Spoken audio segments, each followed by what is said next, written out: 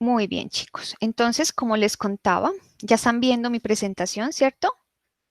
Confirmado. Listo. Sí, Entonces, como les dije, hoy vamos a ver lo que es proceso de administración de medicamentos, todos los parámetros de seguridad y calidad que nosotros debemos tener en cuenta para garantizar que vamos a dar un medicamento de manera segura.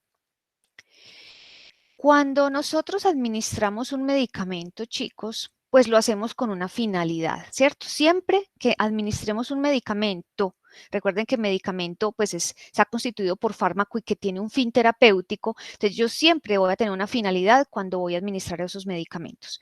Y dentro de esas finalidades van a estar obtener el mayor efecto terapéutico, siempre terapéutico, con el menor número de fármacos durante el tiempo más corto posible y con las mínimas reacciones adversas.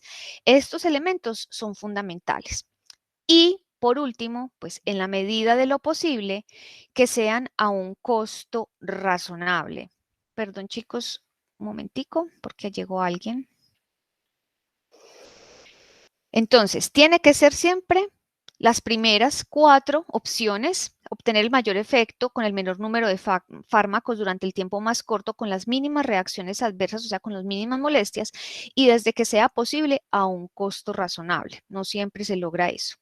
¿Cuál es el objetivo finalmente? El máximo beneficio para el paciente con el mínimo riesgo. Entonces, eso es el objetivo del tratamiento farmacológico. Ahora, como yo estoy tratando de lograr el máximo beneficio con el mínimo riesgo, eso implica que debe haber una calidad de entrada en los medicamentos y que yo, antes de administrar el medicamento, debo verificar esos parámetros de calidad de modo tal que yo sepa pues que estoy administrando algo que está bien hecho.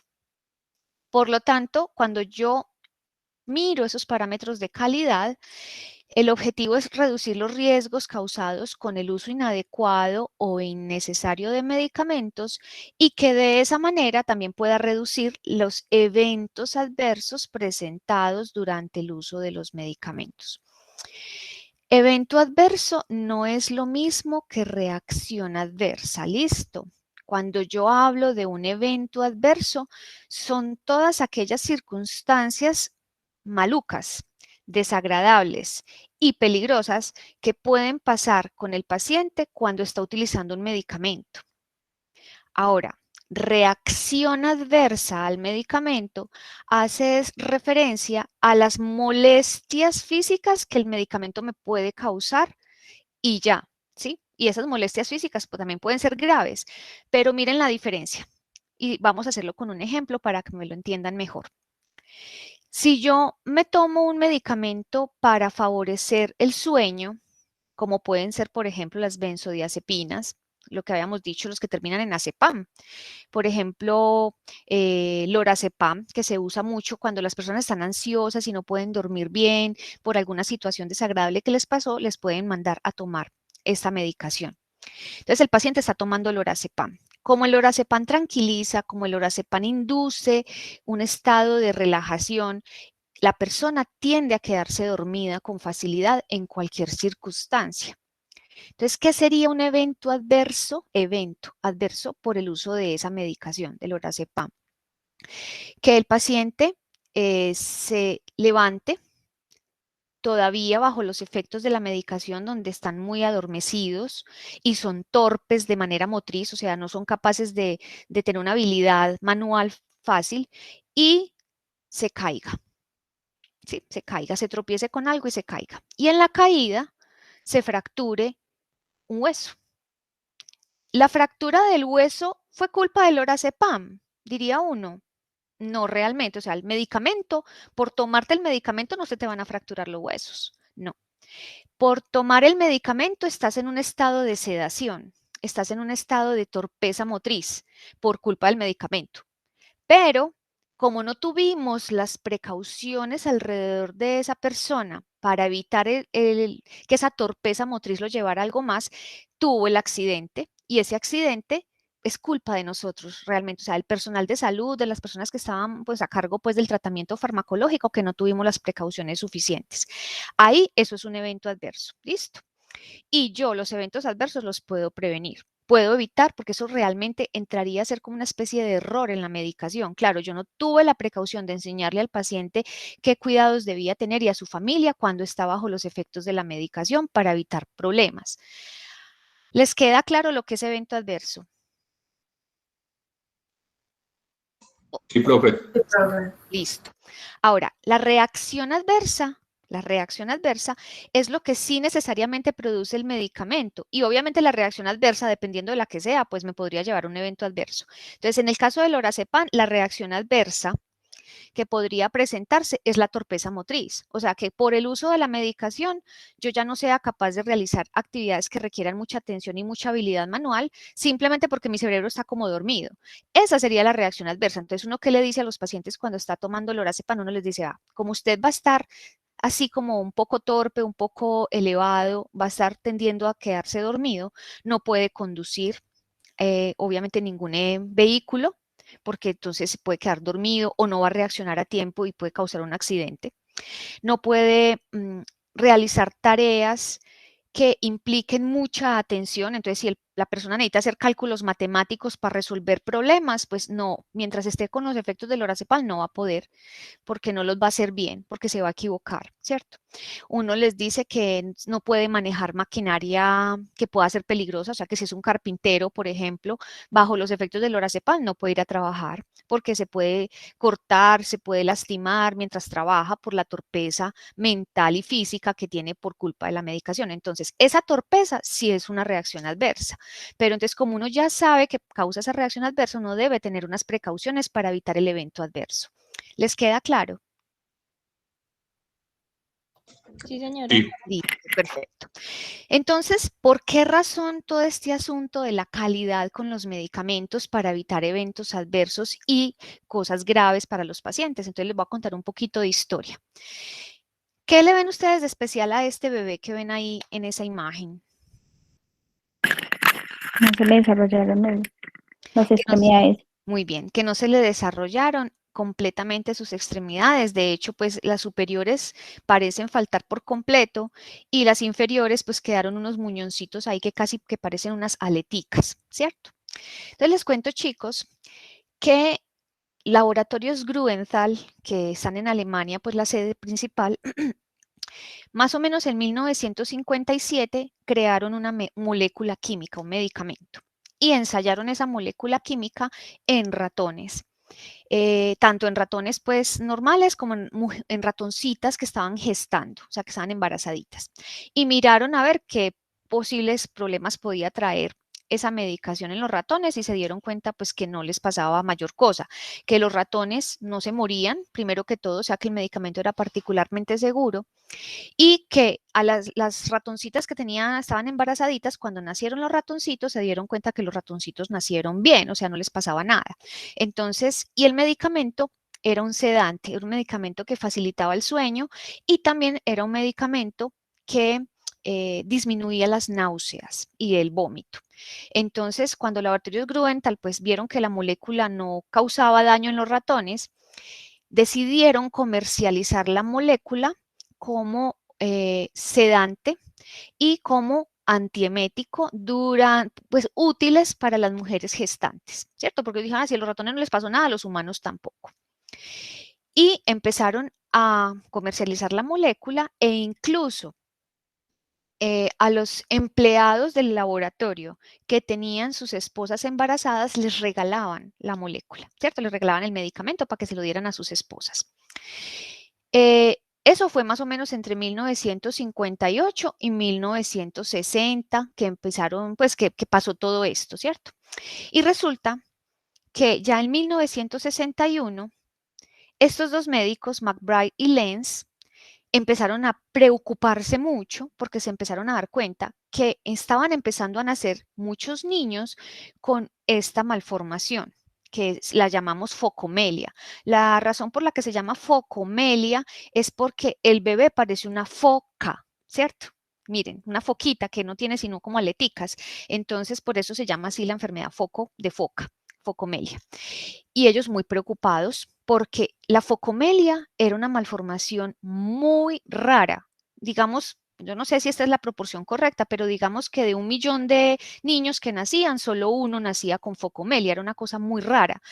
Y de pronto ellos empezaron a notar que desde 1958, 59, 60, los niños, muchos niños nacían con esta malformación y eso no era normal. Entonces ellos dijeron, hay una epidemia de focomelia y no sabemos qué es lo que la está causando. Y entonces estos médicos, en esa preocupación tan grande que tenían, decidieron coger a esas mujeres que habían tenido estos bebés e investigar qué era lo que había pasado durante la gestación de ellas y tratar de detectar qué tenían en común entre ellas. Entonces citaron a estas mujeres, las empezaron a entrevistar, les preguntaron, me imagino yo, la verdad no sé, pero me imagino que desde el principio del embarazo hasta el que terminó el embarazo, ¿usted qué hizo? ¿Cierto? Ellos tomaban pues registro y se dieron cuenta que lo que tenían en común todas esas mujeres es que habían tomado esa molécula de talidomida. Y entonces ya se lanzó una alerta, ¿cierto?, de que no tomaran más talidomida, que estaba causando malformaciones en los fetos. Y pues se hizo una demanda a laboratorios Grünenthal. Esa demanda la ganaron los pacientes, pues que obviamente fueron los afectados y tuvieron, laboratorios Grünenthal tuvo que indemnizar de por vida a los niños y a las familias pues, de los niños que nacieron con esta malformación, porque obviamente se te frustró el potencial completo de tu organismo, o sea, va a ser muy difícil que esta personita pueda trabajar, por ejemplo, pues en cosas normales, va a tener que ser solamente el cerebro, o sea, por esa razón tuvieron que hacer esa indemnización. Entonces, a partir de esta, y eso se llama en la historia de la farmacología, eso se llama la tragedia de la talidomida, a raíz de esto se hicieron o se empezaron a exigir ensayos clínicos muy rigurosos antes de que los fármacos pudieran ser comercializados. Entonces, en este momento, cada vez que sale un medicamento al mercado, recuerden que medicamentos pueden ser vacunas, pueden ser medios de diagnóstico, pues, sustancias que utilice yo pues para hacer diagnósticos. En este momento, para que puedan ser comercializados, tienen que haber pasado todas esas etapas. Para que la FDA o el INVIMA dé la autorización, tienen que haber pasado unas etapas muy rigurosas de investigación que enseguida vamos a mirar. Resulta, chicos, que la tragedia de la talidomida no llegó a Estados Unidos. Estuvo en Canadá, estuvo en Europa, pero no llegó a Estados Unidos. ¿Cuál fue la razón por la que no? En Estados Unidos no pasó esto. Porque cuando laboratorios Grünenthal estaban comercializando la molécula y fueron a Estados Unidos a tratar de comercializarla, ya existía la FDA. La FDA nació en 1930 y para 1939 ya existía como una legislación en Estados Unidos para el uso, pues para poder comercializar medicamentos y era bastante rigurosa, aunque todavía no era tan rigurosa como ahora. Entonces, cuando Laboratorios Grünenthal, por allá en 1957, fueron a Estados Unidos a mostrar, pues, cuáles eran los estudios que habían hecho, la que estaba encargada de la FDA, la directora de la FDA, era una mujer, no recuerdo el nombre, cuando leyó las investigaciones pues, que ellos habían hecho en ratones, a ella no le pareció suficiente, ¿cierto? Ella simplemente dijo, no los dejo comercializar la molécula porque le falta investigación. Laboratorios trataron por vía monetaria de tratar de gestionar que sí se los permitieran, pero ella se negó pero por todos los medios, o sea, una mujer muy correcta, muy ética, como debemos ser todos en el área de la salud, y no aceptó, ¿cierto? Aunque le quisieron dar dinero. Entonces, como ella no permitió la comercialización de la molécula en Estados Unidos, pues las mujeres en Estados Unidos no la consumieron y por lo tanto en Estados Unidos no hubo esta tragedia. Tocó al resto de muchos países en el mundo, pero en Estados Unidos no.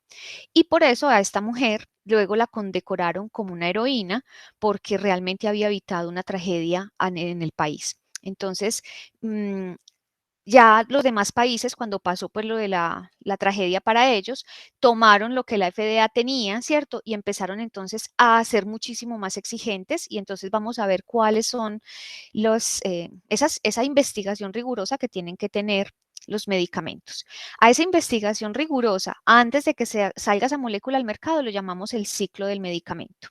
Y va a tener una etapa de investigación básica, una etapa de investigación preclínica, una etapa de investigación clínica y una vez que se hayan logrado superar todas estas etapas, vamos a pasar a una etapa de autorización o sea, donde ellos piden la autorización para comercializarla, se les da entonces el registro para que puedan vender el producto y sale al mercado. O sea que una vez superadas estas 4 etapas es que sale al mercado.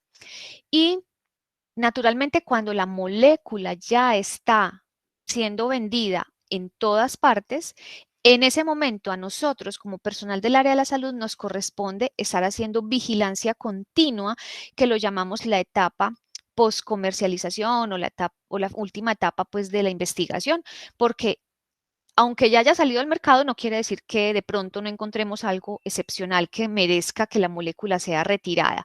Entonces, por esa razón, debemos hacer lo que llamamos farmacovigilancia, aunque las moléculas ya estén disponibles.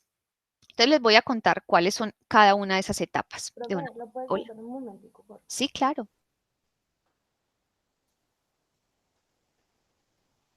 Ya, muchas gracias. Entonces, los medicamentos que llamamos innovadores o medicamentos de marca, es decir, cuando la molécula química aún no existe en otra parte, o sea, fue la primera vez que la crearon, ¿cierto? Es una molécula completamente nueva, a eso lo llamamos moléculas innovadoras. Salen al mercado esas moléculas una vez hayan superado unas etapas muy rigurosas de comercialización y entonces esa molécula innovadora sale con un nombre que llamamos nombre de marca, que el nombre de marca pues es marca registrada. El laboratorio que creó la molécula es el único que puede vender esa molécula con el nombre de marca que ellos pusieron y al precio que ellos pusieron. ¿Por qué razón lo ponen así? Pues a un precio costoso, porque es que ellos tuvieron que hacer toda esta etapa de investigación clínica que les voy a contar, que es muy rigurosa. Entonces, los medicamentos que nosotros tenemos en el mercado disponibles, que sean de marca registrada, que son más costosos, de entrada ya sabemos que cumplen estos ensayos clínicos y pues que los parámetros de calidad están bastante rigurosos. Cuando el medicamento ya no es de marca, sino que es un medicamento genérico o lo que llamamos medicamentos copia, entonces en ese momento ya estos medicamentos no tuvieron estas etapas porque ya las tuvieron los de marca y entonces a esos medicamentos les tenemos que garantizar lo que es estudios de bioequivalencia y estudios de biodisponibilidad. No sé si ustedes finalmente sí terminaron de ver lo del seminario 1 que se me frustró tanto el lunes, pues que yo les mandé entonces un video para que terminaran la clase, para yo poder saber si me están entendiendo lo que estoy diciendo o no, porque tenían que haberlo visto para entender lo que estoy diciendo. Cuéntenme si están entendiendo la diferencia entre medicamento innovador o medicamento genérico. Sí, señora. Sí, listo. Entonces, chicos, recuerden que son dos diferencias. Un medicamento genérico solo puede salir al mercado una vez que haya vencido la patente del medicamento innovador y como eso ya es una copia de la molécula química que puede tener todo el mundo disponible, pues a esos medicamentos genéricos igual hay que hacerles unos estudios más pequeñitos, muy sencillos, se los voy a explicar, pero esos estudios pues obviamente consumen muchísimo menos plata y por eso los medicamentos genéricos salen al mercado más baratos, ¿cierto? No quiere decir que sean de peor calidad, no. Si se les han hecho estos estudios que les voy a mencionar, son medicamentos que igual pues son buenos. Entonces, a los medicamentos de marca se le va a hacer toda la etapa de ensayos clínicos, que es súper larga y costosísima. Y en cambio, a los medicamentos genéricos se les hace estudios de bioequivalencia y biodisponibilidad. Entonces, vamos a ver cuáles son las etapas de los medicamentos de marca, o sea, lo que llamamos innovadores, que son muy largos y que en esas etapas de investigación se gastan aproximadamente en promedio 10 años. Miren pues que son largos, eso es una investigación muy rigurosa. De la primera etapa de investigación, antes de que salga al mercado el medicamento, se llama etapa preclínica. Y la etapa preclínica gasta aproximadamente entre 1 a 3 años.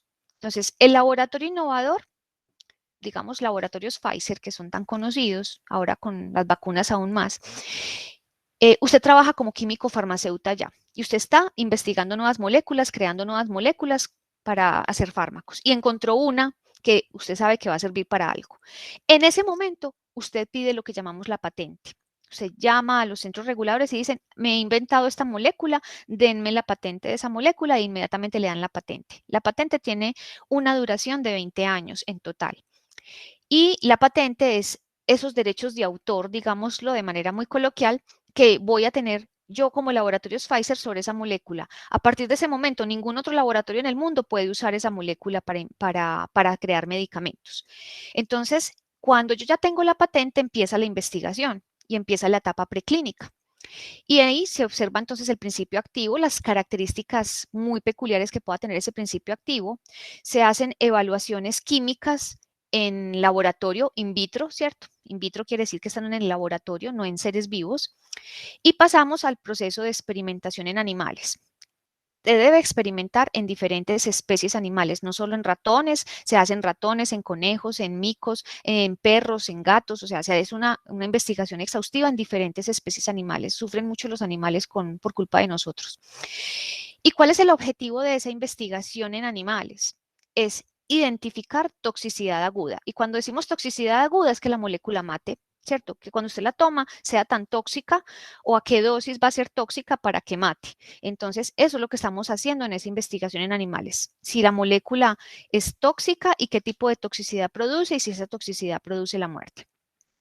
Una vez que se haya superado esta etapa de investigación, entonces se manda esos documentos a la FDA o al INVIMA, pues al ente regulador que corresponda, y ellos miran esa documentación y dan el aval o no para que continúen, ¿cierto? Entonces, en este caso vamos a suponer que sí les dieron el aval y entonces vamos a pasar a la etapa clínica.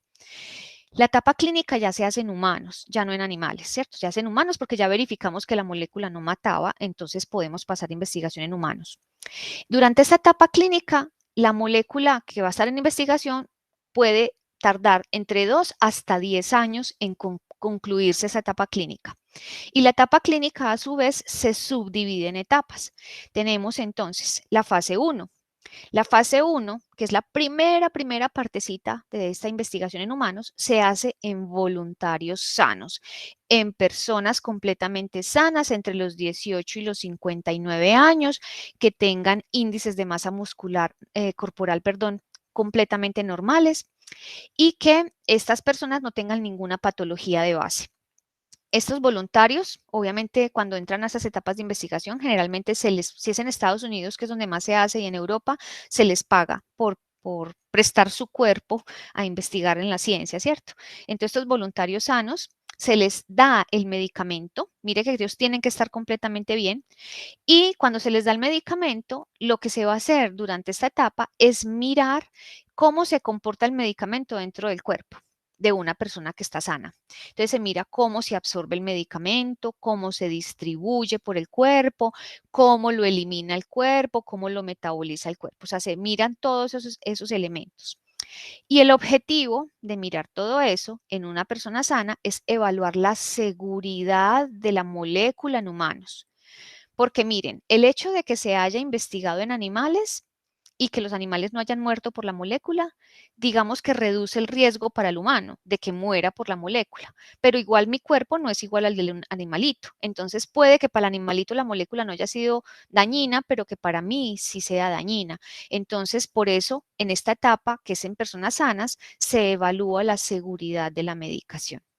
Obviamente estos voluntarios cuando se someten a la investigación saben muy bien que podría haber daños para su organismo y ellos firman un consentimiento donde dicen, sí, yo acepto y fuera de aceptar, asumo los riesgos, ¿cierto? Bueno, una vez que ya se ha pasado esta etapa en humanos sanos y que vemos que las cosas van bien, entonces se pasaría a la segunda fase. Y la segunda fase ya se hace en enfermos sanos. ¿Qué quiere decir un enfermo sano? Quiere decir una persona que esté enferma solamente de la enfermedad para la cual va a servir el medicamento. Entonces, si el medicamento sirve para aliviar el dolor de cabeza y yo quiero investigar ya en enfermos sanos, lo único que puede tener las personas que van a ser parte de esta investigación es dolor de cabeza. No pueden tener hipertensión, no pueden tener diabetes, no pueden tener ninguna otra patología, solamente cefalea. A eso llamamos un enfermo sano. Pues esto es más difícil de conseguir esta población, pero igual pues la logramos conseguir. Estas personas también son voluntarias y a esto entonces que tienen dolor de cabeza y solamente dolor de cabeza y mi molécula química sirve para eso, les doy la molécula. En ese momento, lo que se va a evaluar es la eficacia del medicamento. Es decir, si el medicamento sí sirve para quitar el dolor de cabeza, no más, ¿cierto? Entonces, ahí nos damos cuenta del efecto del medicamento. Entonces, evaluamos si es eficiente y si tiene ventajas en relación con otros medicamentos que ya existan y que también sirvan para lo mismo, porque de nada me sirve a mí sacar una molécula química que sirva exactamente igual que el acetaminofén, si ya está el acetaminofén y es más barato, ya se sabe muy bien cuáles son los problemas que puede causar, entonces tiene que ser que sea una molécula mejor que el acetaminofén, que tenga alguna ventaja sobre las ya existentes. Cuando ya se ha pasado esa etapa de investigación en enfermos sanos, entonces pasamos a la fase 3. Fase 3 ya se hace en todos los pacientes, es decir, que tenga cefalea y tenga hipertensión también, que tenga cefalea y tenga diabetes, que tenga cefalea y tenga psoriasis, no importa, ¿cierto? Ya se le da a cualquier paciente. Esto también es en voluntarios, ¿ok? Todavía no estamos comercializando la molécula y es obligatorio que esta fase 3, que se va a hacer en esos pacientes que están enfermos de cefalea y otras cosas, se haga en diferentes partes del mundo, es decir, que el estudio sea multicéntrico. Es decir, que tengo que tener pacientes acá en América, tengo que tener pacientes en Europa, tengo que tener pacientes en Asia, a los que se les va a administrar la molécula, y el objetivo de administrarlo en varias partes del mundo es ver ¿qué pasa cuando yo lo administro en diferentes razas, en diferentes poblaciones, que tienen diferentes dietas, que no vaya a haber problema del medicamento con esas personas en particular por algunas características poblacionales específicas? Entonces, estos estudios fase 3, como implican un volumen inmenso de personas, tienen que ser generalmente por encima de, lo ideal es que sean por encima de 30,000 personas que estén recibiendo la molécula, salen muy costosos, ¿cierto? Esta es la parte quizás de la investigación que más plata le consume a los laboratorios.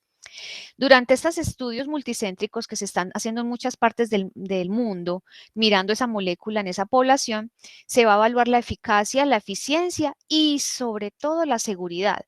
Porque si yo estoy enfermo de mi dolor de cabeza, pero también de hipertensión, y me dan la molécula química, y por culpa de la molécula química me da una crisis hipertensiva, podríamos decir que, uy, esa molécula, entonces ya sabemos que para hipertensos tiene un problema, ¿cierto?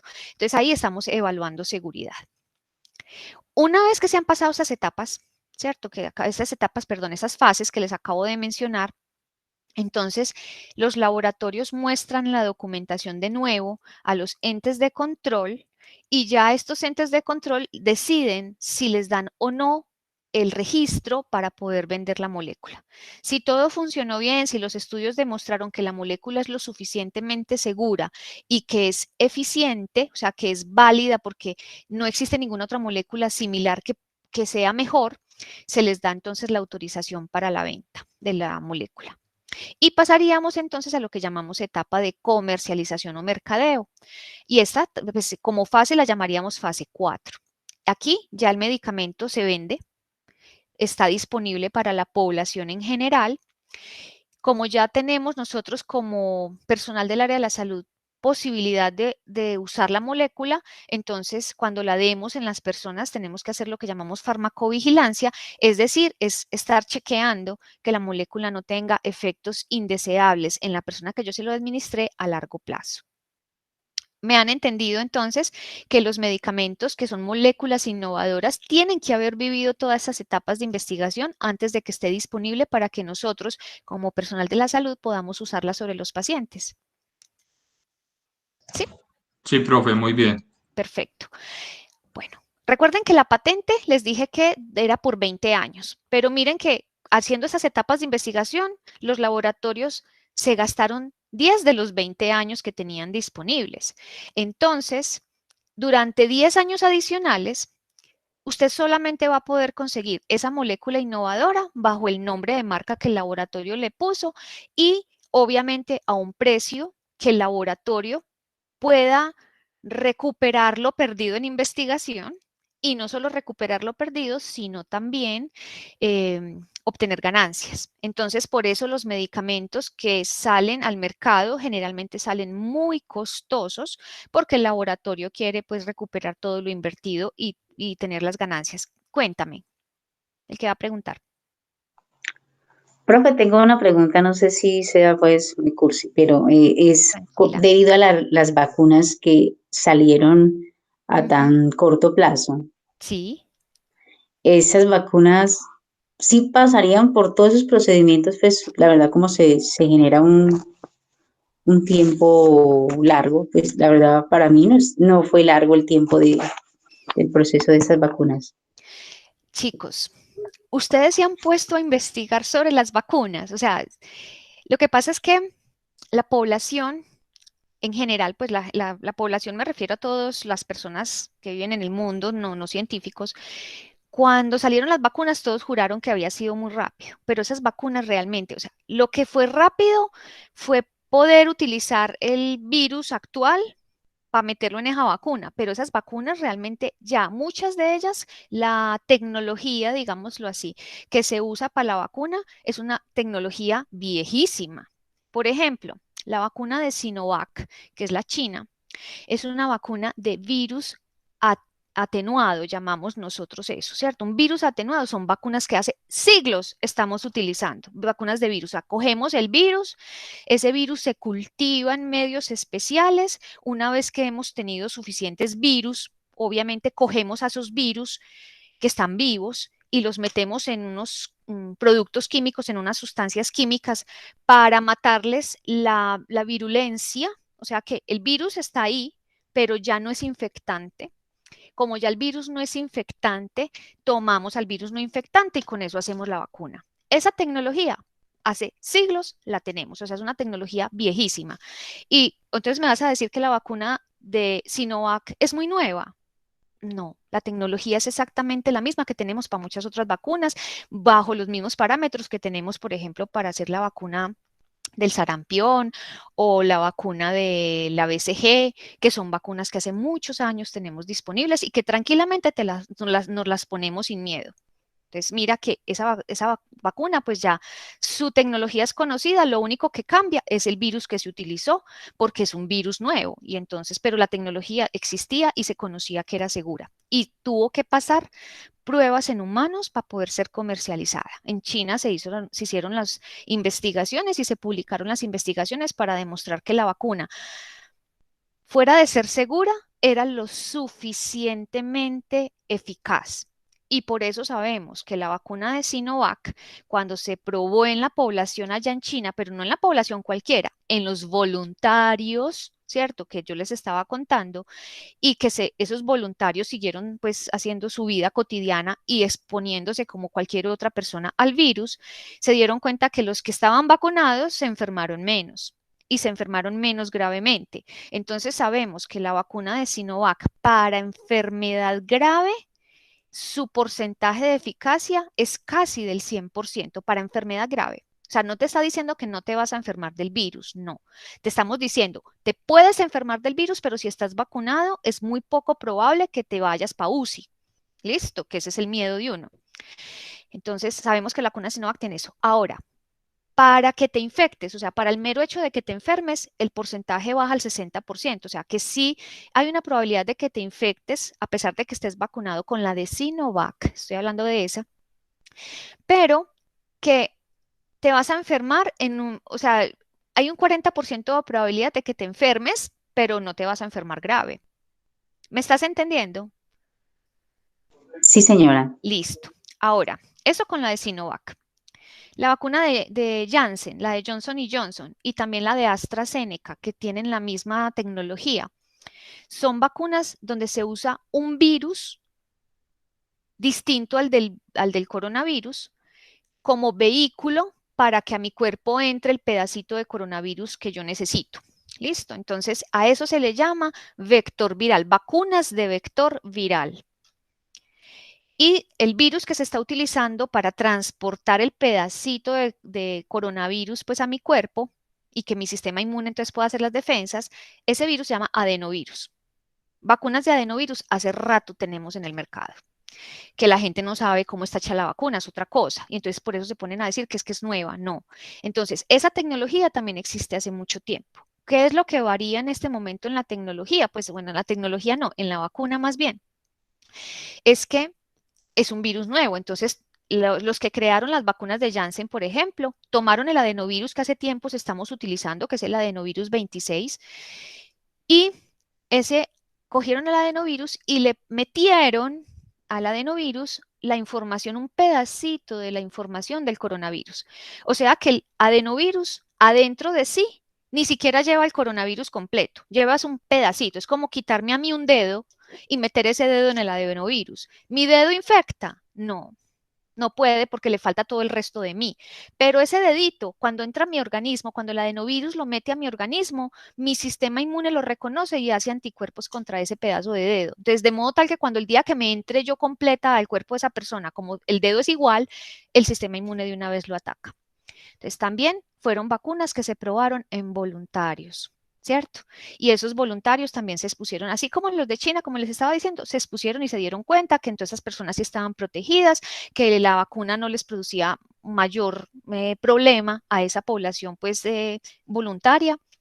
Y entonces por eso esas vacunas también pudieron salir al mercado con registros pues o con permisos de utilización por la emergencia que tenemos, ¿cierto? Pero sí tuvieron la etapa de investigación.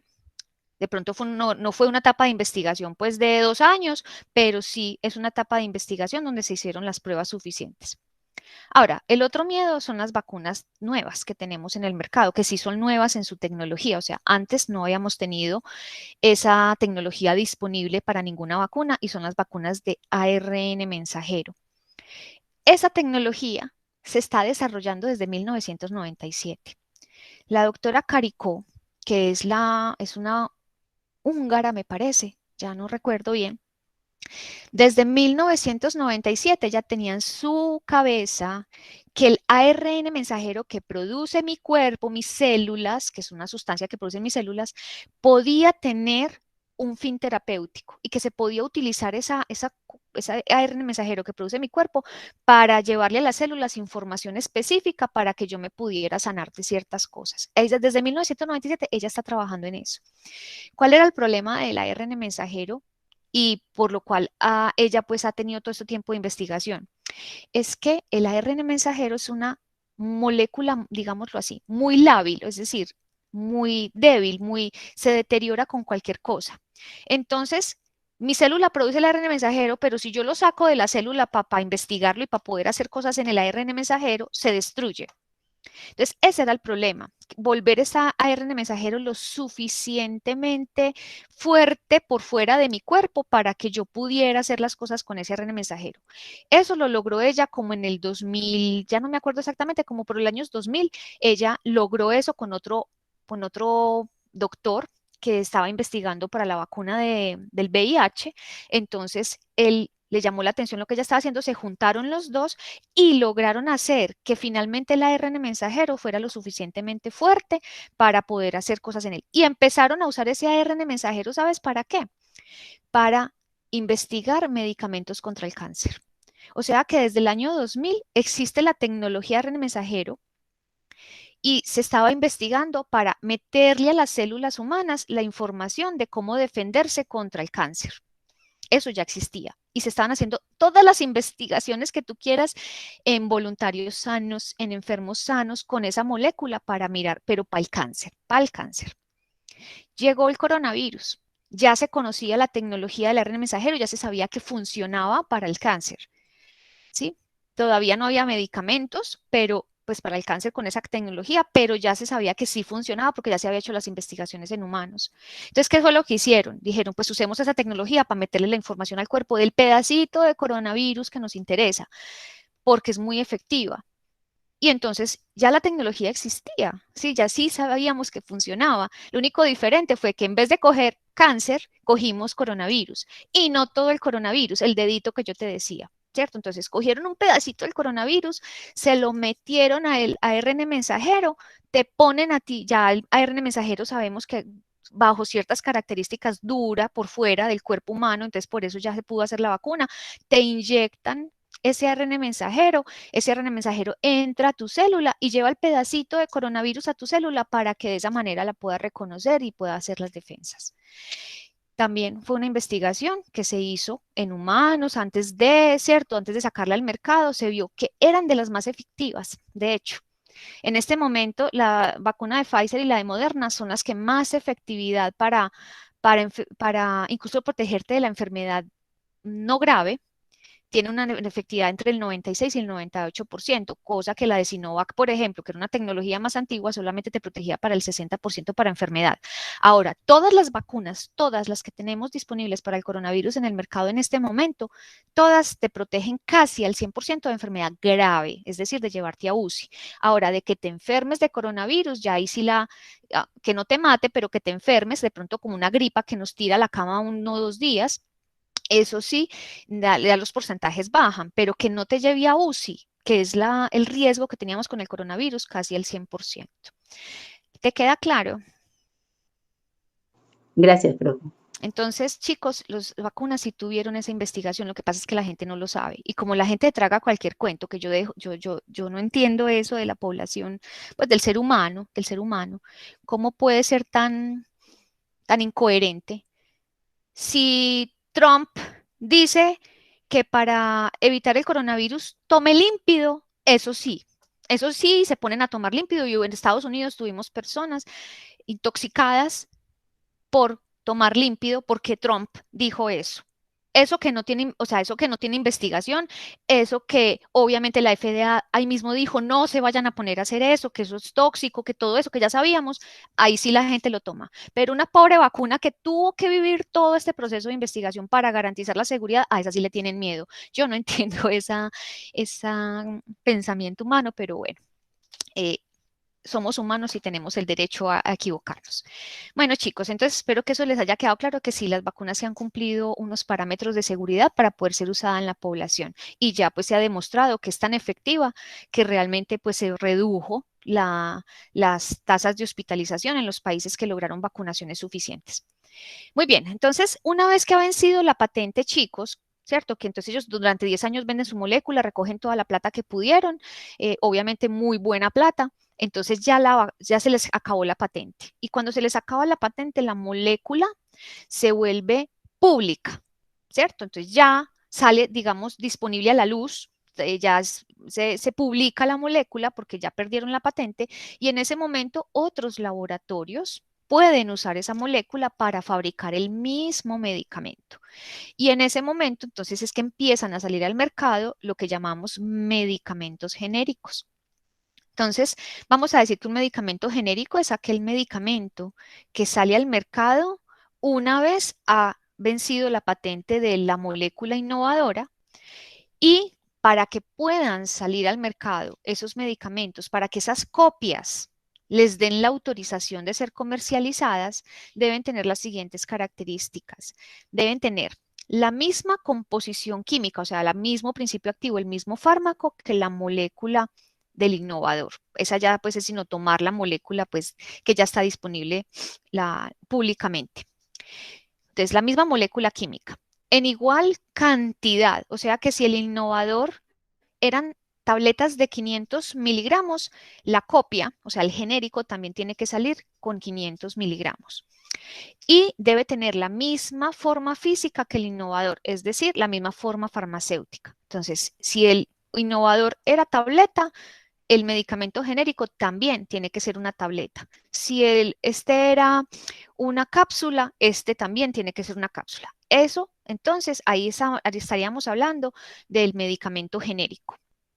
Pero, miren chicos, que el hecho de yo tener la misma molécula química en igual cantidad y con la misma forma física, garantiza, sí, pues ustedes me dirán, garantiza que cuando yo me tome esa tableta genérica, me va a hacer exactamente lo mismo que el que el innovador. No, ¿Por qué no? ¿Por qué creerías que no?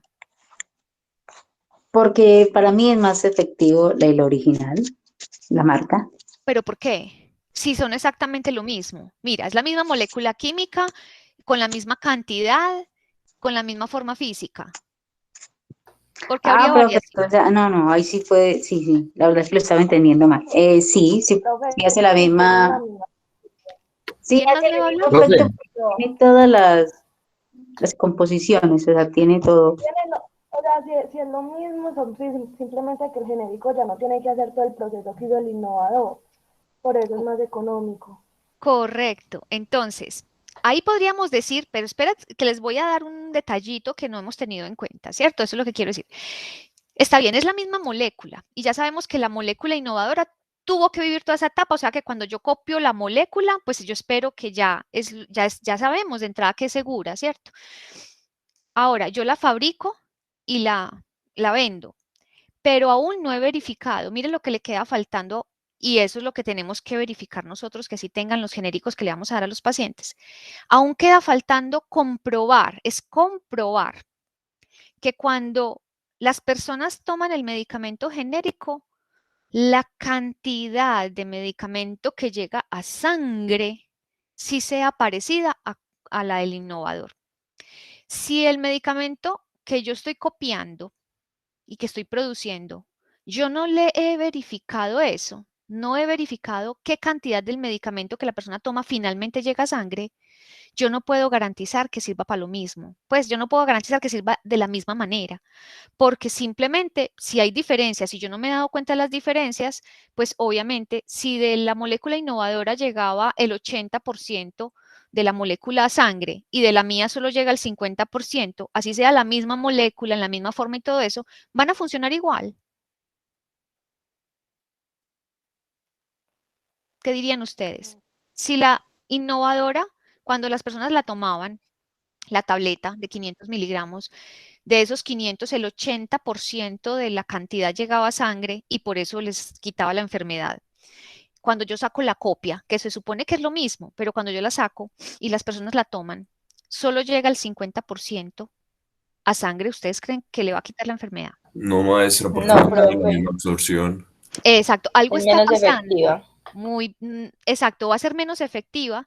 Algo está pasando, aunque yo tengo en las manos la misma cantidad, en la misma forma farmacéutica, la misma molécula, de pronto en la fabricación que yo hice, algo pasó que cuando la persona lo toma no logra llegar todo a sangre.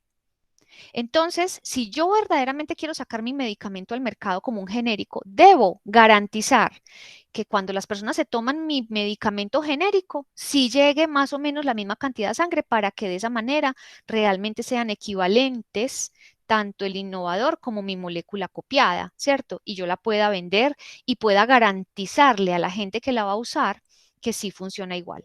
Entonces, para que un genérico sea un verdadero genérico, a ese medicamento, antes de sacarlo al mercado, le tengo que hacer lo que llamamos, ¿ve? ¿Por qué no me está pasando? Allá. Le tenemos que hacer lo que llamamos estudios de bioequivalencia y biodisponibilidad. Entonces, vamos a ponerlo con ejemplo real.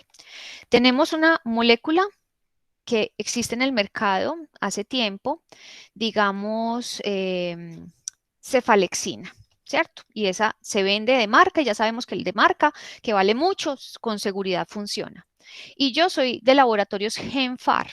El laboratorios GenFar quiere decir laboratorios de genéricos, o sea que laboratorios GenFar lo único que hace es coger moléculas que ya están disponibles, públicas, y a partir de ella fabrica medicamentos. Y entonces yo digo, a ver, por aquí está la molécula de cefalexina, la voy a coger, tac, la cogí, ¿cierto? El laboratorio.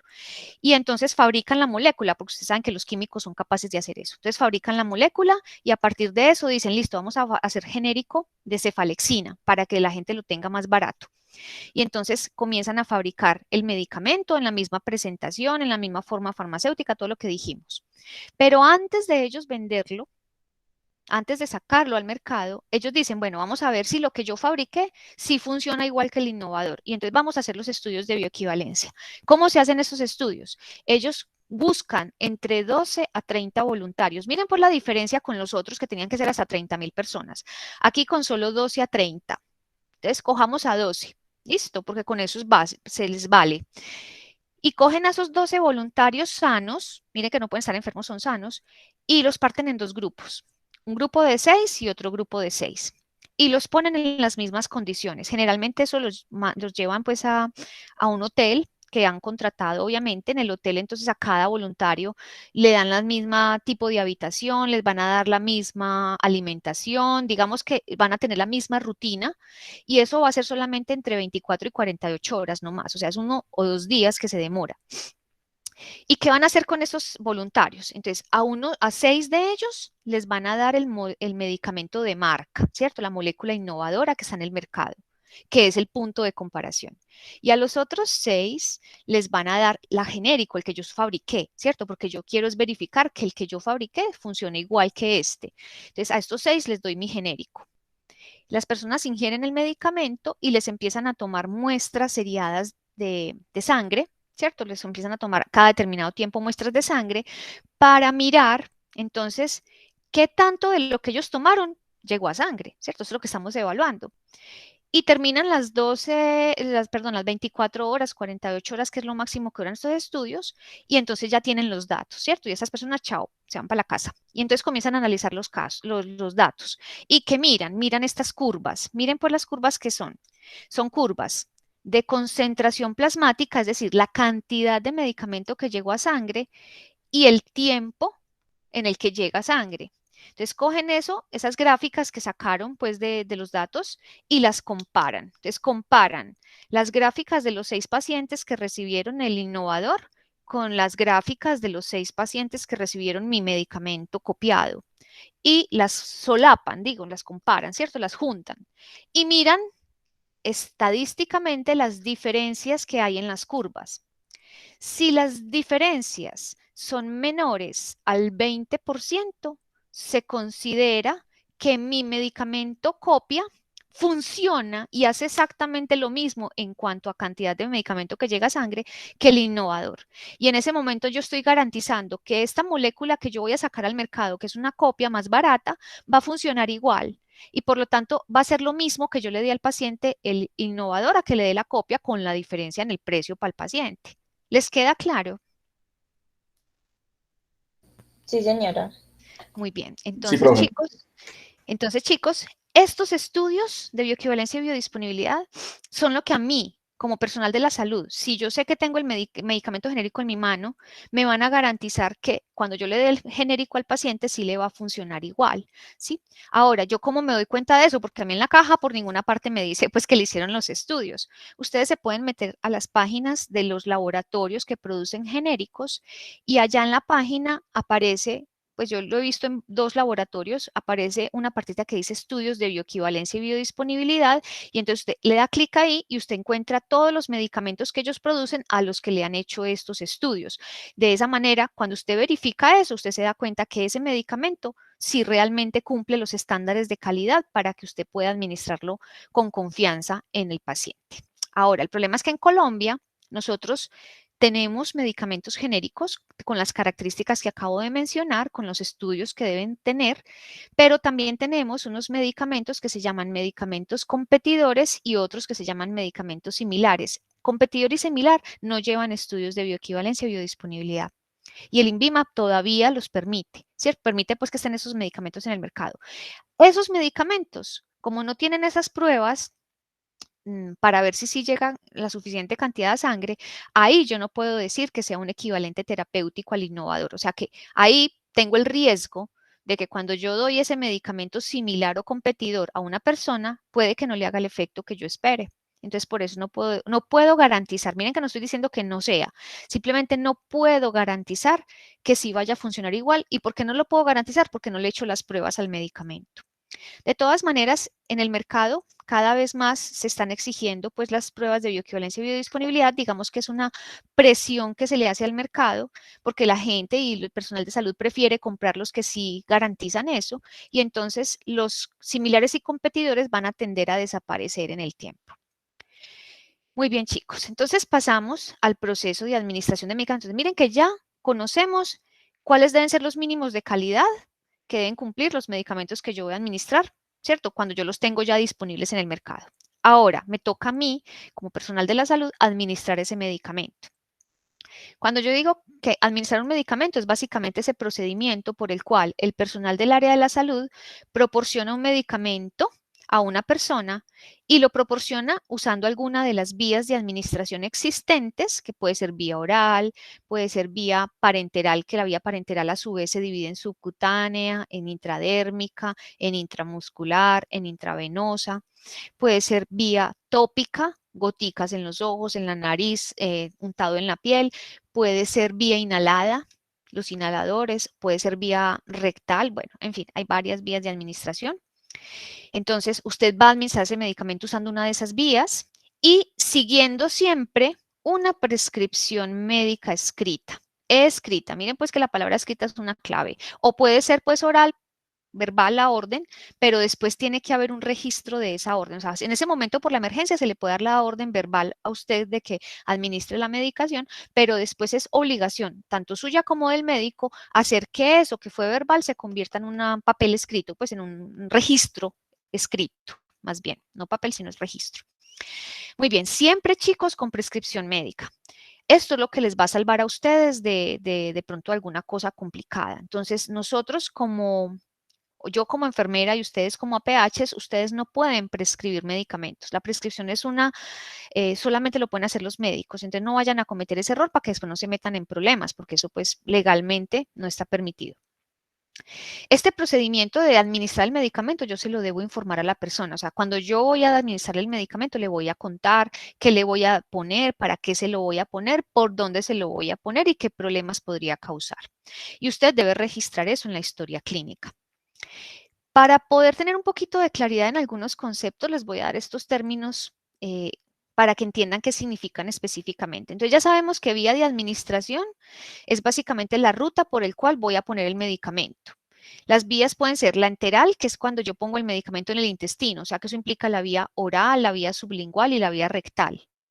Vía parenteral, que es cuando yo pongo el medicamento usando una aguja para penetrar la piel. Entonces ahí está la intradérmica, está la subcutánea, está la intramuscular, está la intravenosa.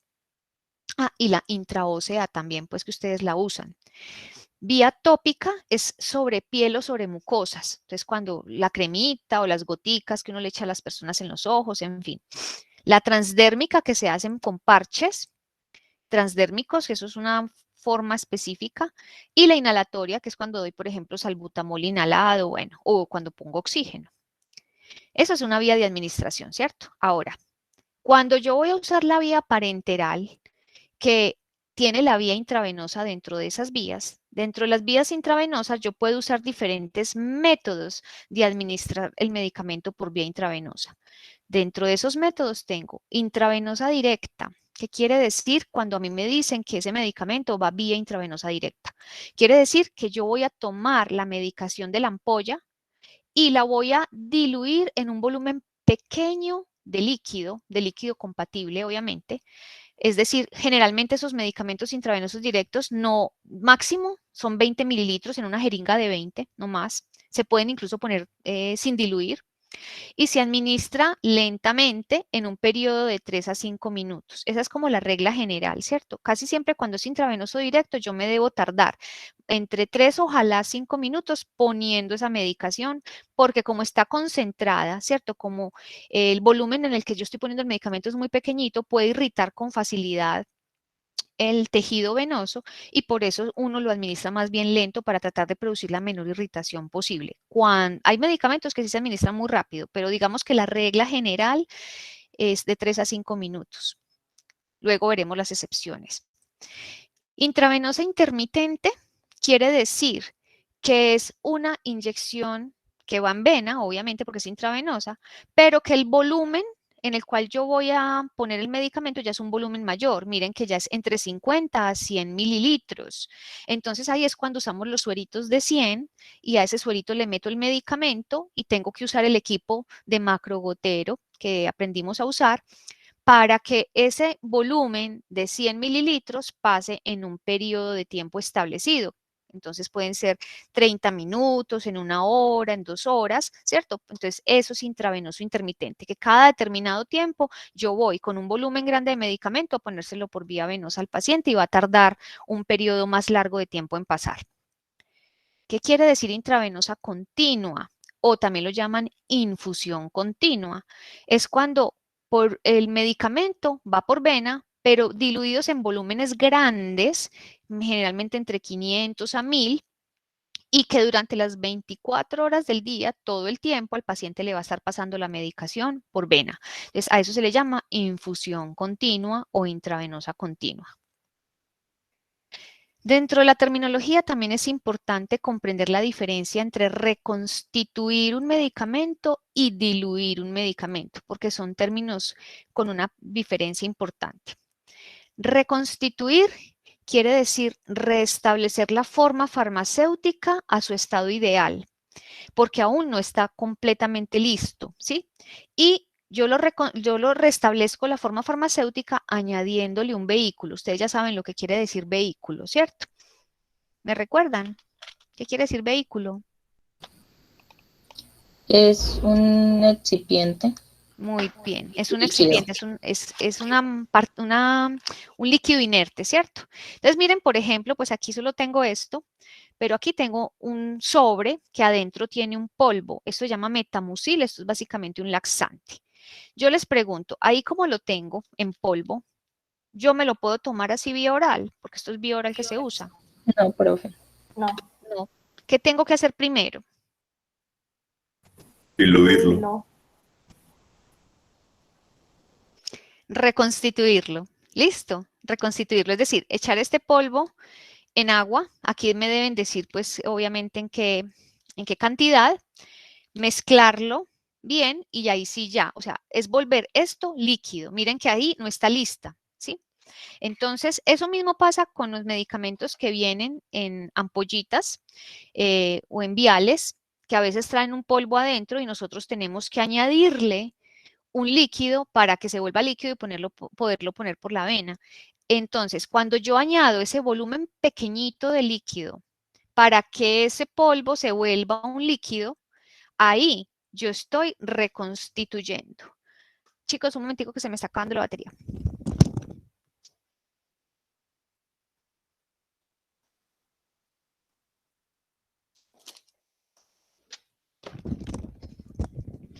Listo. Entonces, cuando yo vaya a reconstituir un medicamento de este tipo que van por vía venosa, ¿cierto?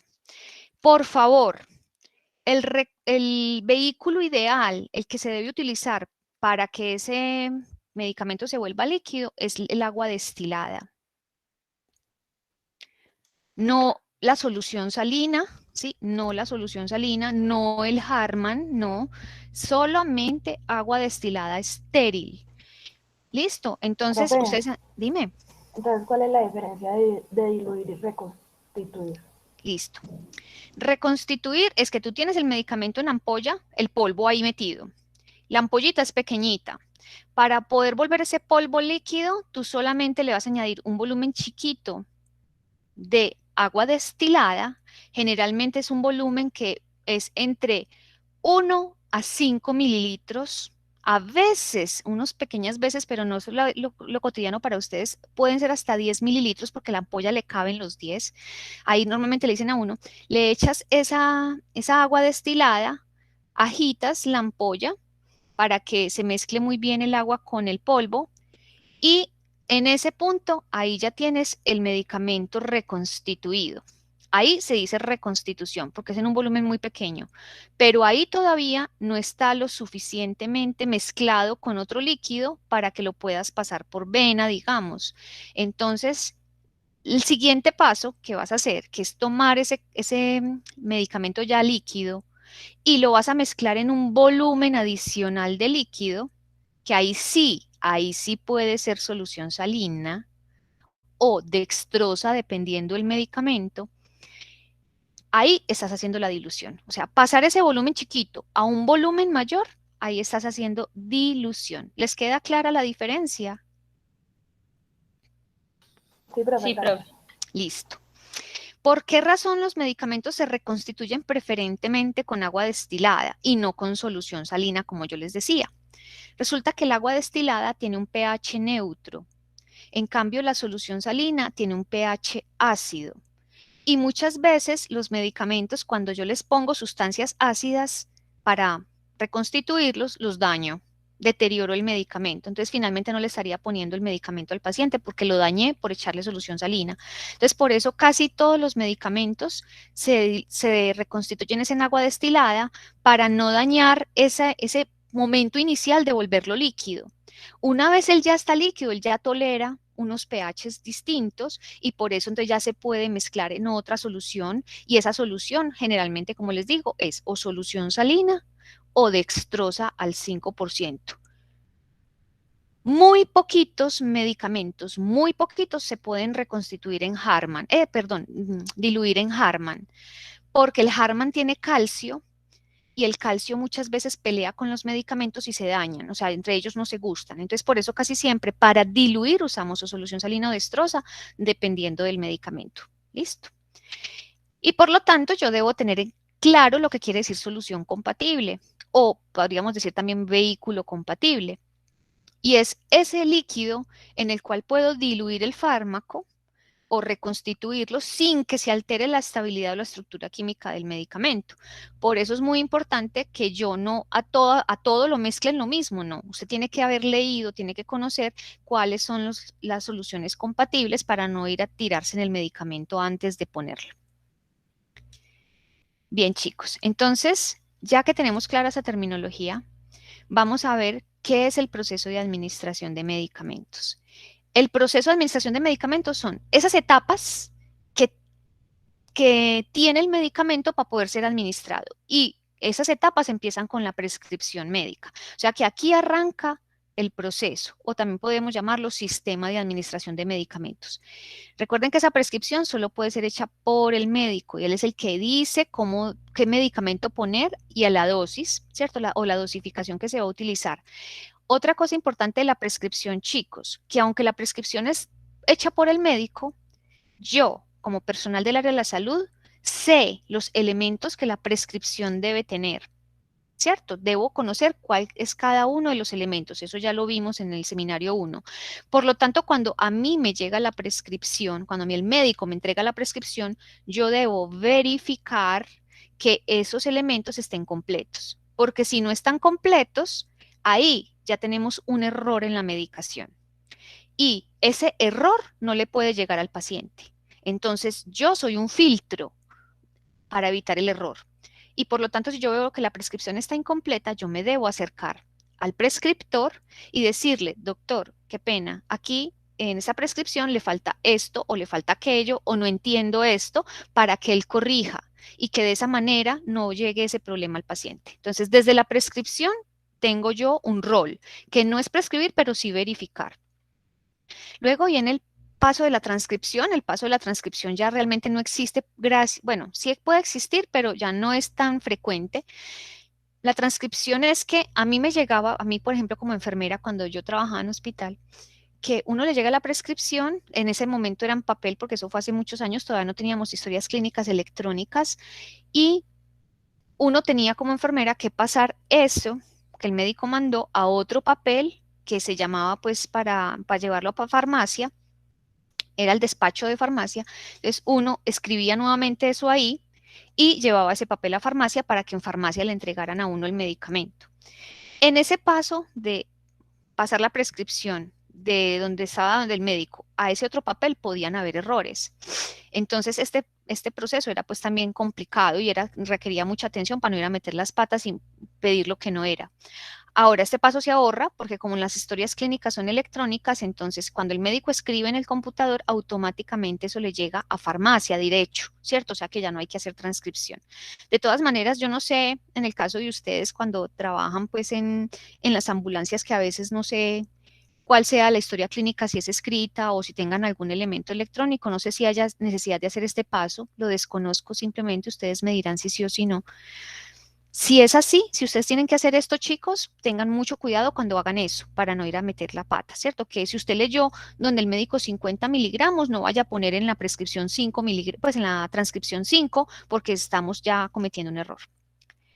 Luego de la transcripción viene la dispensación, o sea, es decir, el despacho que hace farmacia del medicamento. Y es decir, que a mí me llega el medicamento de la farmacia. ¿Y yo qué tengo que hacer en ese momento? Chequear que lo que me llegó, si sea lo que se pidió y si corresponda con lo que el médico pidió, ¿cierto? Con lo que el médico prescribió. Entonces, en dispensación es un papel que hace farmacia, pero que yo, como personal de la salud, debo chequear que eso sí haya llegado como debía ser. Luego viene el paso de la administración. Ahí es directamente el papel mío, ¿cierto? Y el de ustedes también, que yo debo darle al paciente el medicamento. Entonces, en la administración del medicamento, ustedes deben tener en cuenta algo que llamamos los 10 correctos, y ahorita los vamos a ver. Esos 10 correctos van a garantizar que en el momento en que yo le voy a dar el medicamento al paciente, si yo he hecho los correctos, no voy a cometer errores y por lo tanto voy a dar el medicamento de manera segura. Por último, después de haber administrado el medicamento, viene el paso de registro y seguimiento. Registro es poner entonces en la historia clínica que al paciente se le administró X o Y medicamento, y el seguimiento es verificar que el medicamento sí produzca el efecto esperado o, lamentablemente de pronto, produzca un efecto indeseado, porque igual yo hago seguimiento tanto de lo bueno como de lo malo. Entonces, eso también, si en caso tal de que aparezcan problemas con la medicación, que el paciente sienta molestias, yo debo registrar en la historia clínica esas molestias. Y pues ahí termina el proceso, ¿cierto? Si es necesario, pues vuelve a empezar dependiendo de la situación clínica del paciente. Entonces, esto es el proceso de administración de medicamentos. En ese proceso hay un paso que es completamente nuestro. El resto son pasos de chequear, verificar, ¿cierto? Entonces, es importante que los conozcan. Ay, ¿por qué no? Entonces, chicos, ¿qué debo controlar yo en este proceso de administración? Debo controlar la prescripción médica. Ustedes ya saben que debe tener unos elementos mínimos y que yo los debo verificar. Debo controlar la transcripción de la orden médica a farmacia, si es que tengo que hacer la transcripción, que no se cometan errores allí. Debo verificar la dispensación del medicamento en farmacia y cómo está almacenado o cómo se debe almacenar o cómo le debo indicar al paciente que lo debe guardar. Debo controlar la administración al paciente. Recuerden que ese paso sí es nuestro completamente. Debo controlar el registro clínico que sí se haga a la hora que se dio. Los registros clínicos de medicación siempre se hacen después de poner el medicamento, nunca antes. Entonces, yo pongo el medicamento y hago el registro. ¿Listo? Y obviamente dentro del proceso debo notificar errores. Eso debe ser un sistema que yo creo que ahí les dejo pues una idea. En la parte de ambulancias creo que no hay sistema de notificación de errores. En los hospitales sí lo hay y sería muy bueno empezar a implementar pues también eso en las ambulancias que sean medicalizadas, ¿cierto? Porque igual pueden haber errores y hay que aprender a reconocer el error y evitar que el error suceda. Pero el primer paso para darnos cuenta, pues para notificar errores es darnos cuenta que sí están pasando. Si no existe el sistema, se equivocan y nadie se da cuenta y no aparece, pues y no pasa como nada, pero realmente está pasando mucho. Bueno, chicos, entonces, ¿qué van a mirar ustedes en la prescripción? Miren que aquí les voy a decir como los elementos que ustedes deben tener en cuenta a la hora del sistema, chequearlo. Entonces, en la prescripción, ustedes deben chequear la orden médica completa. Recuerden que debe tener nombre en denominación común internacional, la dosis del medicamento, la vía por la cual se va a poner el medicamento, la frecuencia que cada tanto lo voy a poner y el tiempo total de tratamiento. Esos son los elementos que usted debe chequear. En la dispensación de farmacia, usted debe verificar la calidad del medicamento. Si el medicamento es correcto, o sea, si coincide el medicamento con lo prescrito por el médico, la forma farmacéutica, que si el médico pidió tabletas, no llegue un jarabe, ¿sí? Porque eso ha pasado. Entonces, usted tiene que verificar que coincida todo con lo de la orden médica. Que la concentración sea correcta, porque también a veces hay medicamentos que vienen en tabletas de 50, tabletas de 100, tabletas de 150. Y entonces que cuando a usted le llegue el medicamento, que si es el medicamento correcto, que si es en tabletas, que la concentración de la tableta, que la cantidad que trae de medicamento la tableta sí sea la correcta. ¿Cierto? Que si sean los mismos 50 que el médico pidió y no los 100 que de pronto me despacharon en farmacia. Debo verificar la fecha de vencimiento, que esté dentro del estándar, que las etiquetas que yo le veo al medicamento estén bien y estén intactas, que no estén rotas, y tratar a partir de eso reconocer adulteraciones para poder hacer la devolución. En la administración del medicamento, yo debo cumplir los 10 correctos y los 10 correctos son medicamento correcto, persona correcta, hora y perfusión correcta, o sea, que yo dé el medicamento a la hora que dice y durante el periodo de tiempo, si voy a poner un goteo, que sea correcto, ¿cierto? Que no lo ponga muy rápido, sino que lo ponga en el tiempo establecido. La vía correcta, la dosis correcta, la valoración del paciente correcta. Valoración del paciente quiere decir que antes de yo administrar la medicación, debo haber verificado signos vitales de la persona para ver que el medicamento no se los cambie o que el medicamento pues, no le vaya a hacer daño. Por ejemplo, si yo tengo un paciente que es hipertenso. Como es hipertenso, está tomando un medicamento llamado metoprolol. Yo, que vi farmacología, o sea, ustedes, cuando van a dar el metoprolol, ustedes deben pensar, ay, el metoprolol es un beta bloqueador, eso quiere decir que va a bajar la frecuencia cardíaca. Pues ese es uno de los efectos que yo espero que el metoprolol tenga sobre el paciente. Entonces, antes de yo administrar una tableta de metoprolol, yo debo chequear el pulso del paciente. Porque si el paciente en ese momento el pulso lo tiene en 60 latidos por minuto y yo le doy el medicamento, ¿qué va a pasar con la frecuencia? La baja más de lo permitido. Y el paciente se me puede poner maluco, ¿cierto? Me puede enfermar gravemente. Entonces, chicos, eso quiere decir la valoración. O sea, que yo antes de dar el medicamento, como yo sé más o menos qué va a pasar cuando yo dé el medicamento, debo tener en cuenta qué cosas debo mirar del paciente antes de para verificar que el medicamento no le vaya a hacer Profe. daño. Dime. Entonces, usted recomienda tomarle pues, los signos vitales y mirar que estén en todo correcto antes de hacer cualquier procedimiento y anticiparse a qué puede llegar a pasar. Correcto, correcto. Esa es la idea. Porque de esa manera yo puedo prevenir el daño, ¿cierto? Si yo sé que el paciente en ese momento tiene su prescripción de metoprolol porque es hipertenso, le toca, ¿cierto? Pero no es poner el medicamento a la loca, es pensar si en ese momento es correcto poner el medicamento al paciente.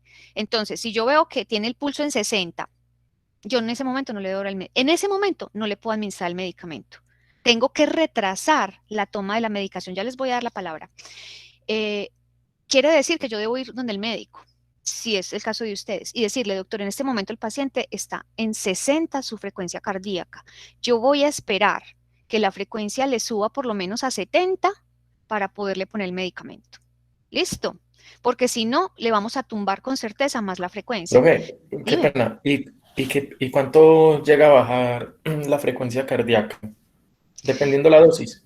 Dependiendo de la dosis. Y eso depende del paciente. Te vas a dar cuenta, por ejemplo, que los pacientes que han tenido infartos agudos al miocardio, como el aumentar, o sea, que le dé taquicardia le puede volver a causar un nuevo infarto, a esos pacientes se les manda de entrada metoprolol. O sea, son pacientes que salen del hospital con ese medicamento precisamente para mantener la frecuencia controlada, que no les dé taquicardia.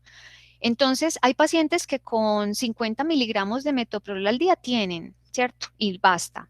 Hay otros que hay que darles 100 para mantener esa frecuencia controlada, otros que hay que darles 150. He tenido pacientes de 300 miligramos, que es una dosis altísima, pero quiere decir que ese paciente solamente con 300 logramos tener la frecuencia más o menos en 80, porque la idea es que tengan frecuencias entre 70 y 80, que no se les suba. Pero si en ese momento ese paciente que está tomando 300 miligramos, yo voy y lo chequeo y tiene la frecuencia en 60, yo sé que si los 300 es para mantenérsela en 70, si yo se los doy en ese momento que la tiene por debajo del valor esperado, pues se las va a tumbar aún más. Entonces, no es que no le vaya a dar el medicamento, es que en ese momento no se lo voy a dar. Y voy a estar entonces mirando al paciente cuando ya la frecuencia está dentro de unos parámetros más normales, que ya el medicamento se lo pueda dar y yo no le vaya a hacer daño por la administración. También dentro de la valoración debo chequearlo parte de alergias. Entonces siempre debo preguntar primero si el paciente es alérgico o no al medicamento. ¿Quién más iba a preguntar algo? Profe, yo, Dime.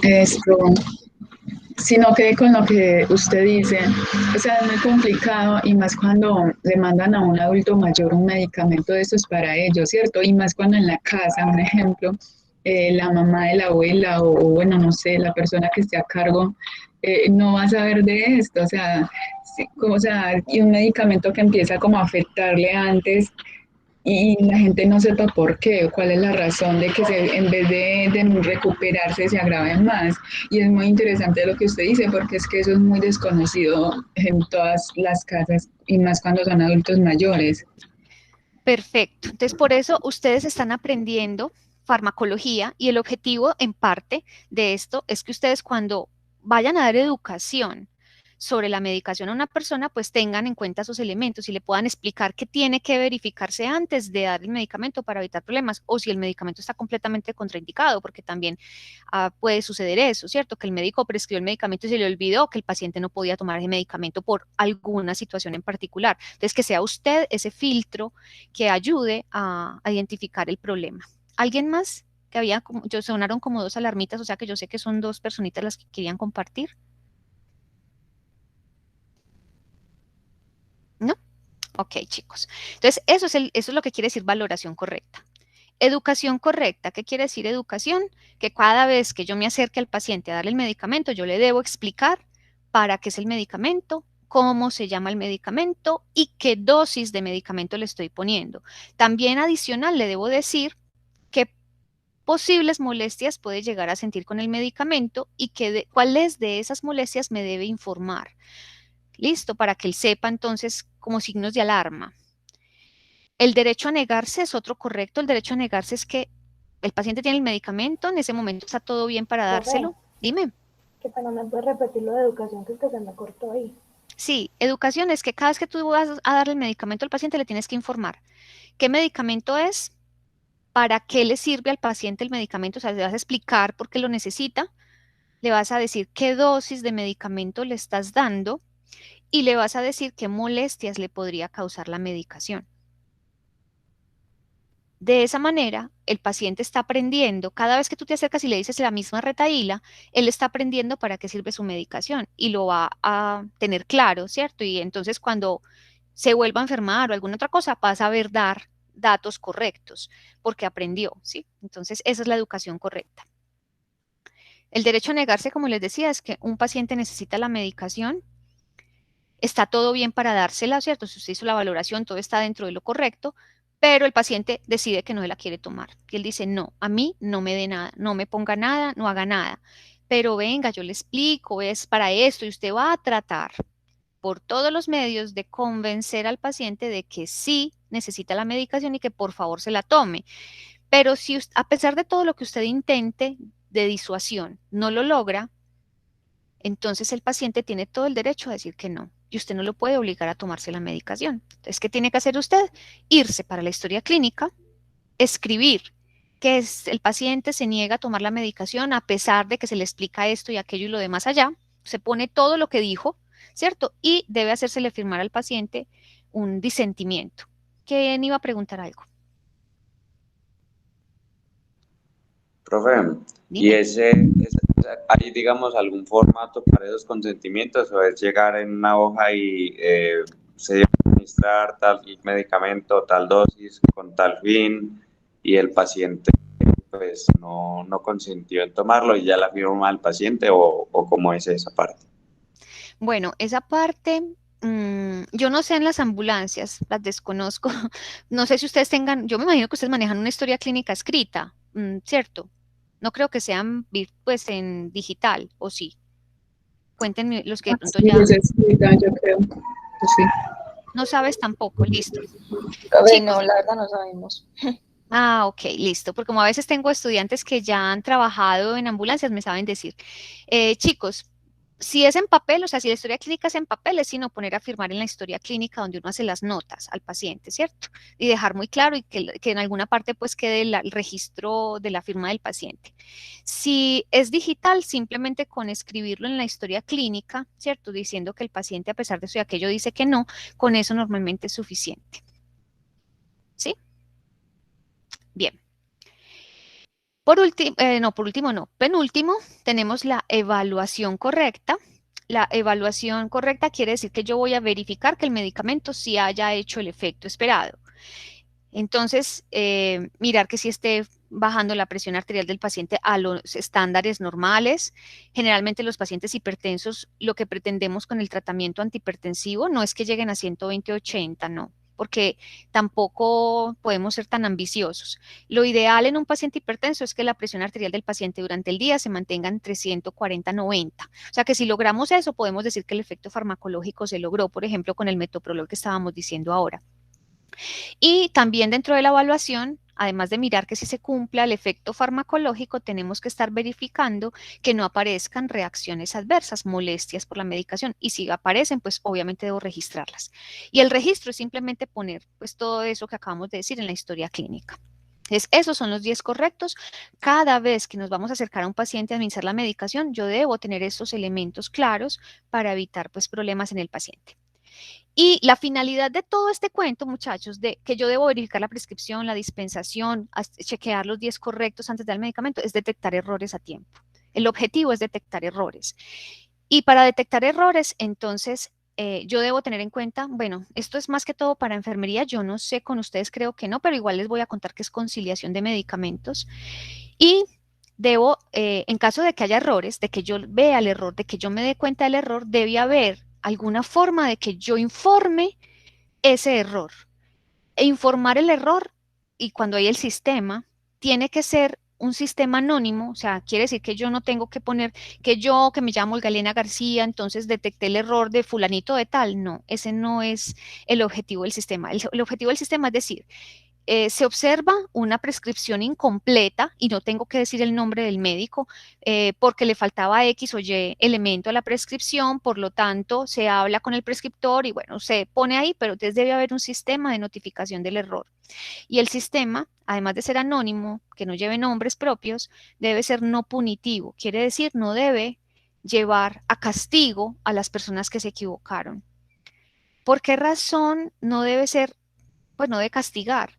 Porque chicos, de nada sirve castigar a la persona, de nada sirve echar al que se equivocó, porque él no se equivocó porque se quiso equivocar y porque el problema sea de él, el problema está en el sistema, el problema está en el medio, o sea, hay algo alrededor que llevó que a esa persona se equivocara. Entonces, si yo echo a esa persona, la mando para la porra y lo reemplazo con otro individuo, como el problema está en el medio, ese nuevo individuo también se puede volver a equivocar. Entonces, por eso el sistema no debe ser de castigo, el sistema debe ser de verificación. Entonces, vamos a mirar qué fue lo que pasó, cuál fue el elemento que faltó, dónde fue que sucedió el error para corregir eso, de modo tal que nadie más se vuelva a equivocar. Ahorita después del descanso les cuento de pronto un poquito sobre cómo se empezó los sistemas de notificación del error en las instituciones de salud, para que de pronto, si ustedes quieren hacer su proyecto de grado de crear un sistema de notificación para ambulancias, por ejemplo, pues tengan en cuenta esas ideas. ¿Qué quiere decir conciliación de medicamentos? Conciliación de medicamentos es que cuando a mí llega al hospital un paciente que va a estar hospitalizado por algún problema de salud, cuando ingresa, ese paciente muchas veces viene ya con medicamentos de la casa, o sea, ya en su casa toma alguna cosa. Y cuando ellos llegan al hospital, pues dentro de su maletincito, ellos traen sus medicamentos de la casa, porque ellos saben que se los tienen que tomar. Entonces ellos dicen, en el hospital me los tomo. Nosotros, como personal de salud, cuando nos ingresa un paciente, tenemos que chequear esa medicación que él trae. ¿Por qué, chicos, la debemos chequear? Y debo informar esa medicación. Porque si el médico no preguntó, porque puede pasar que se le pasó al médico, se le olvidó, y el paciente venía tomando captopril para su hipertensión y venía tomando 50 miligramos de captopril, y el médico, cuando hace las órdenes médicas, como sabe que el paciente es hipertenso, le manda enalapril. Miren, chicos, lo que puede pasar. Le estamos dando 2 veces una medicación similar, ¿cierto? Medicación que va a ser lo mismo en el cuerpo del paciente. ¿Por qué se la estamos dando doble? Porque el paciente se la toma allá juiciosito en su camita de hospitalización y adicionalmente el enfermero, la persona pues que esté a cargo del paciente, ustedes como APHs, van y le llevan el enalapril y el paciente también se lo toma. Entonces está tomando doble, duplicando la medicación porque nadie se dio cuenta, porque nadie se le ocurrió preguntar. Entonces, el objetivo de la conciliación de medicamentos es esa, verificar qué medicación ya de entrada estaba tomando el paciente para que cuando el médico va a hacer sus órdenes tenga en cuenta esa medicación y le diga al paciente, usted aquí no se va a tomar sino los medicamentos que yo le dé, pero tranquilo que yo en los que le voy a poner están los que usted tomaba, para que no haya esos errores. ¿Listos? Eso es lo que se llama conciliación de medicamentos. ¿Les queda claro a qué se refiere el término? Sí, profe. Bueno, chicos, entonces ya para salir al descansito, vamos a decir que la calidad de los medicamentos... Hola, ¿quién va a preguntar algo? No, o fue que entró alguien. Esperen, yo miro, chicos. Es que como yo cuando estoy presentándoles a ustedes no veo... Ah, sí, alguien está entrando. Ok, chicos, entonces, para ya terminar esta primera parte, entonces vamos a decir que la calidad de los medicamentos innovadores, nosotros cuando vamos a dar esos medicamentos de marca, sabemos que está garantizada ya de entrada, porque esos, para poder salir al mercado, tuvieron que tener toda esa etapa de experimentos clínicos. Que si yo lo que voy a dar es un medicamento genérico, yo sabré que ese medicamento cumple con parámetros de calidad si se han demostrado los estudios de bioequivalencia. Adicionalmente, muchas veces los medicamentos, chicos, traen unos sellos en las cajas, no sé si aquí tenga alguno, que dicen buenas prácticas, BPM quiere decir buenas prácticas de manufactura. Cuando yo tengo un medicamento y me tiene ese sello, yo veo ese sello en el medicamento, yo sé que el medicamento, adicional a otros parámetros de calidad, fue vigilado por el INVIMA, fue el INVIMA allá al laboratorio y miró que toda la forma de producción del medicamento cumpliera unos estándares de calidad. Eso es lo que quiere decir ese sello de buenas prácticas de manufactura. O sea que si yo veo ese sello, ya de entrada sé que hay un parámetro adicional de calidad. Debo conocer las normas de etiquetado y registro sanitario para detectar medicamentos fraudulentos. Y pues para garantizar la calidad de lo que yo voy a administrar, de los medicamentos que yo le voy a dar al paciente, chicos, ustedes solamente deben dar medicamentos que ustedes prepararon. No se pongan a administrar medicamentos de un compañero, porque usted qué va a saber que ese compañero sí hizo bien la dilución, que sí calculó bien la dosis y cuando usted administra ese medicamento el paciente le haga daño. Entonces, uno solo administra medicamentos que uno preparó, precisamente para asumir las consecuencias completas de su acto y no tener que asumirlas de otro. Bien, chicos, entonces salgamos a un descanso. Les pregunto yo si les parece bien hasta las 9 de la mañana, ya que estamos en casa y es más cerquita y todo está bien, ¿o no? ¿O quieren más tiempo? Les doy hasta las 9:05. Sí, profe. Listo. Entonces, hasta las 9:05 volvemos entonces acá para continuar con la temática. Gracias, nos vemos.